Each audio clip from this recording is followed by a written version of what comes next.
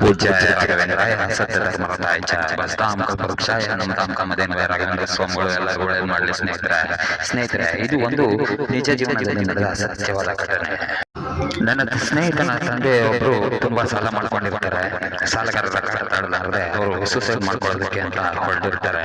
ನಮ್ಮ ಸ್ನೇಹಿತರೊಬ್ರು ಆ ಕ್ಷಣ ನನ್ನ ಸ್ನೇಹಿತ ಕೆಲಸದಿಂದ ಬರ್ತಾ ಇರ್ಬೇಕಾದ್ರೆ ಕಿಟಕಿಯ ಮೂಲಕ ನೋಡ್ತಾನೆ ಅವರ ತಂದೆ ಸೂಸೈಡ್ ಮಾಡ್ಕೊಳ್ಳೋದಕ್ಕೆ ಪ್ರಯತ್ನ ಪಡ್ತಾ ಇರೋದನ್ನ. ಆದ್ರೆ ಅವ್ರ ಮನಸ್ಸು ಬದಲಾಯಿಸಿ ಯಾಕೋ ವಾಪಸ್ ಬಂದ್ಬಿಡ್ತಾರೆ.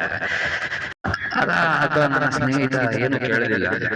ಮತ್ತೆ ಅದರ ಮಾರನೇ ದಿನನೇ ನನ್ನ ಸ್ನೇಹಿತ ಕೆಲಸನ ಬಿಟ್ಬಿಟ್ಟು ಮನೆಗೆ ಬಂದ್ಬಿಡ್ತಾನೆ ಮತ್ತು ತನ್ನ ತಂದೆಯ ಜೊತೆಗೆ ಕೆಲಸ ಮಾಡ್ಕೊಳ್ಳೋದಕ್ಕೆ ಅವರಿಗೆ ಸಾಥ್ ಕೊಡೋದಕ್ಕೆ ನಿಂತ್ಕೊಳ್ತಾನೆ. ಹಾಗೂ ಸಾಲಗಾರರಿಗೆಲ್ಲ ತಾನೇ ಜವಾಬ್ದಾರಿ ಆಗ್ತಾನೆ ಮತ್ತು ತನ್ನ ತಂದೆಯ ಸಾಲವನ್ನು ತೀರಿಸಲು ಆಸ್ತಿಯನ್ನು ಮಾರೋದಕ್ಕೆ ಯೋಚನೆ ಮಾಡ್ತಾನೆ.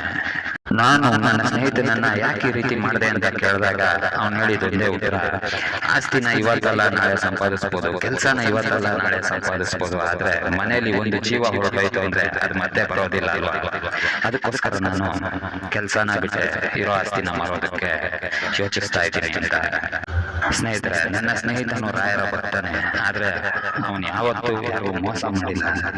ನಾನು ರಾಯರನ್ನ ನಂಬಿದ್ದೀನಿ, ಮುಂದೊಂದಿನ ಒಳ್ಳೆ ಕಾಲ ಬರುತ್ತೆ ಅಂತ ನಂಬಿದ್ದೀನಿ ಅಂತ ಹೇಳಿದ ಸ್ನೇಹಿತರೆ, ನನಗೆ ತುಂಬಾ ಖುಷಿ ಆಯ್ತು.